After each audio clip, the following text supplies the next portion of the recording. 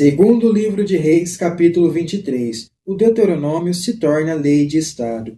O rei convocou todos os anciãos de Judá e Jerusalém para uma reunião. Depois subiu para o templo de Javé, com todos os homens de Judá e todos os habitantes de Jerusalém, sacerdotes, profetas e todo o povo, adultos e crianças.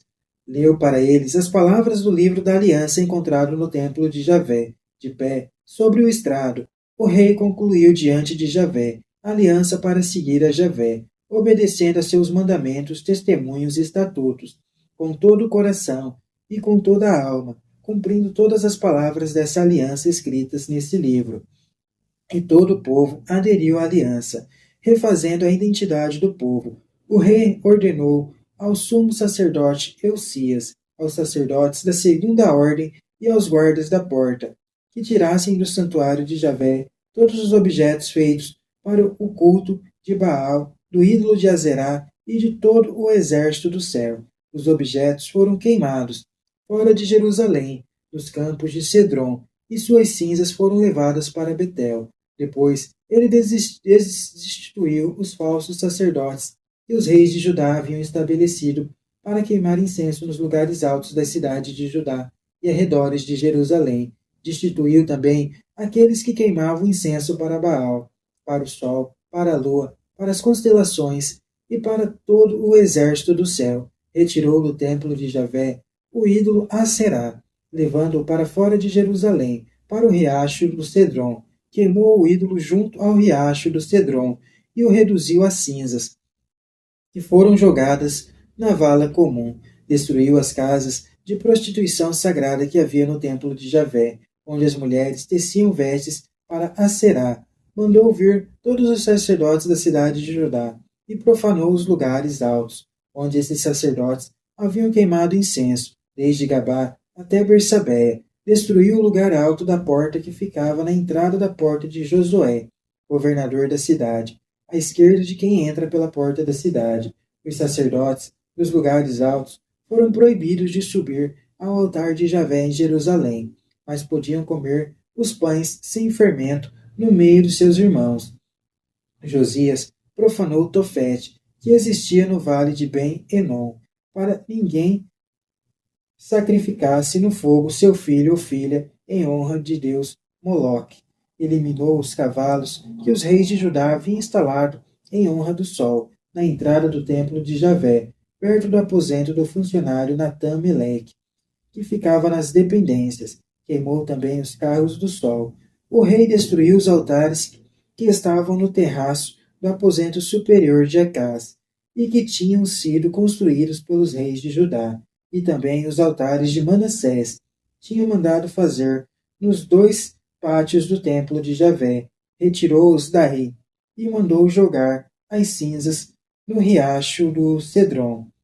O rei profanou os lugares altos que ficavam na frente de Jerusalém, ao sul do monte da perdição, lugares que Salomão, rei de Israel, tinha construído em honra de Astarte, abominação dos sidônios, em honra dos Camos, abominação dos Moabitas, e em honra de Melcom, abominação dos Amonitas. Quebrou as estelas, derrubou os postes sagrados e encheu o lugar com ossos humanos, procurando reunificar o povo. Josias destruiu também o altar que estava em Betel, lugar alto que Jeroboão, filho de Nabate, havia construído, e com o qual havia arrastado Israel ao pecado.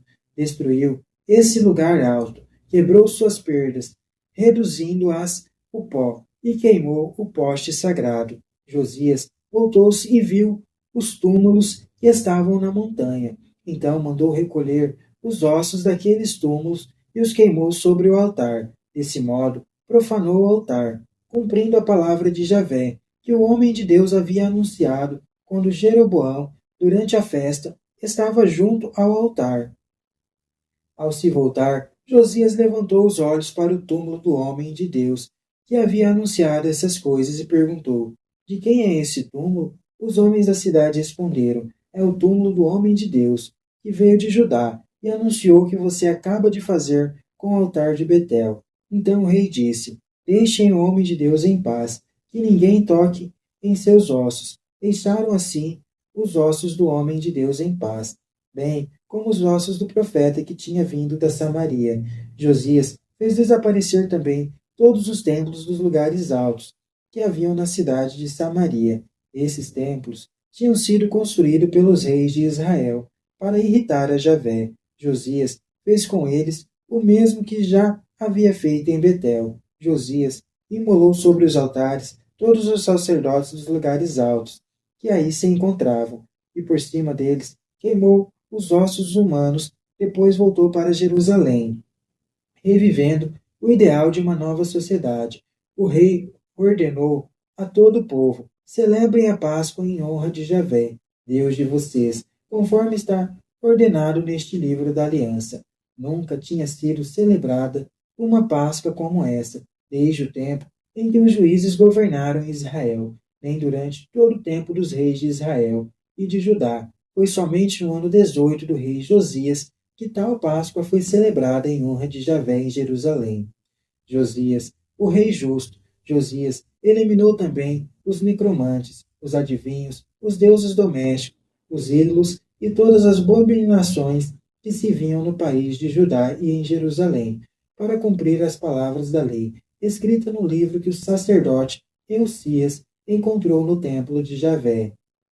Nenhum dos reis anteriores se voltou para Javé, como ele se voltou de todo o coração, de toda a alma e com toda a sua força, conforme a lei de Moisés. Mesmo depois não surgiu outro como ele. Apesar disso, Javé não deixou de lado o furor de sua grande ira, que se havia inflamado contra Judá, por causa de todas as ofensas que Manassés o tinha ofendido. Javé disse: também expulsarei Judá para longe da minha presença, da mesma forma como expulsarei Israel. Vou rejeitar Jerusalém, esta cidade que eu tinha escolhido, e o templo sobre o qual eu tinha dito: aí estará o meu nome. O resto da história de Josias e o que ele fez, tudo está escrito nos anais dos reis de Judá. No seu tempo, o faraó Necal, rei do Egito, subiu para se encontrar com o rei da Assíria, junto ao rei Eufrates. O rei Josias marchou contra eles, mas na primeira na batalha, em Meguido, Nacal o matou. Os servos de Josias transportaram seu corpo num carro, o levaram em Meguido para Jerusalém, e o encontraram no seu túmulo. Então o povo da terra pegou Joacás, filho de Josias, o ungiu e o colocou no trono em lugar de seu pai, Joacás, e a dominação egípcia. Joacás tinha 23 anos quando subiu ao trono e reinou 3 meses em Jerusalém. Sua mãe se chamava Amiltal, era filha de Jeremitas e natural de Lébina. Ele fez o que Javé reprovava, como haviam feito seus antepassados. O faraó Neucal prendeu Joacás em Rebola, no país de Emate, para que ele não reinasse mais em Jerusalém. O faraó impôs ao país um tributo de 3,5 toneladas de prata e 34 quilos de ouro. Colocou no trono Eliassim, filho de Josias, em substituição a seu pai Josias, mandando o nome dele para Joaquim. Levou Joacás para o Egito, onde ele morreu. Joaquim pegou o tributo de prata e ouro ao faraó. Mas, para pagar a quantia exigida pelo faraó, teve que criar impostos no país, conforme as possibilidades de cada um. Exigiu prata e ouro necessários para pagar ao faraó Necal. Joaquim e a dominação babilônica. Joaquim tinha 25 anos quando subiu ao trono e reinou 11 anos em Jerusalém. Sua mãe se chamava Zébida. Ela era filha de Fadaias e natural de Roma. Joaquim fez o que Javé reprovava, como havia feito seus antepassados.